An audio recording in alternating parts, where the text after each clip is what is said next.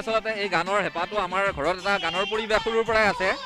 আমাৰ ঘৰত আগতে দেউতাই গান গোৱাৰ কাৰণে স্পেচিয়েলি শিক্ষক নিয়োজিত কৰিছিল। সেই সূত্ৰে হয়তো আজি এতিয়া দুই এটা গীত গাবৰ মানে সক্ষম হৈছোঁ বা ভয়ভীত নালাগে গীত গোৱাৰ ক্ষেত্ৰত।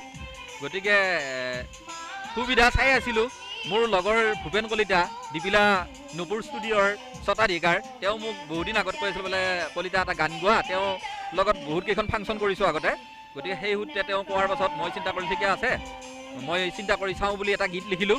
গীত লিখি নিজে সুৰ দিলোঁ। সুৰ দি মই গীতটো তেওঁ শুনালোঁ এদিন।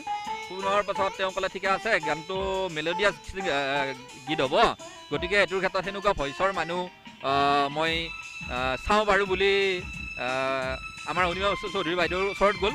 তেওঁ কোৱা মতে বাইদেউ তেতিয়া ক'লে মোৰ এতিয়া অলপ আগতকৈ মানে বয়সো বাঢ়িছে, মোৰ লগৰ এজনী আছে ভাল ছিংগাৰ, মেলোডিয়াছ ছিংগাৰ, গতিকে তেওঁ ধুনীয়াকৈ গাব এইটো।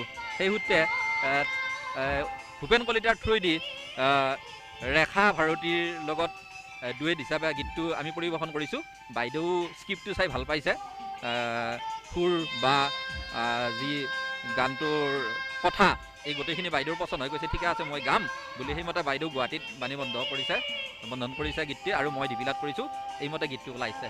গতিকে সদৌ ৰাইজৰ পৰা সহায় সহযোগ বিচাৰিছোঁ যাতে আগলৈ আগুৱাই যাব পাৰিম।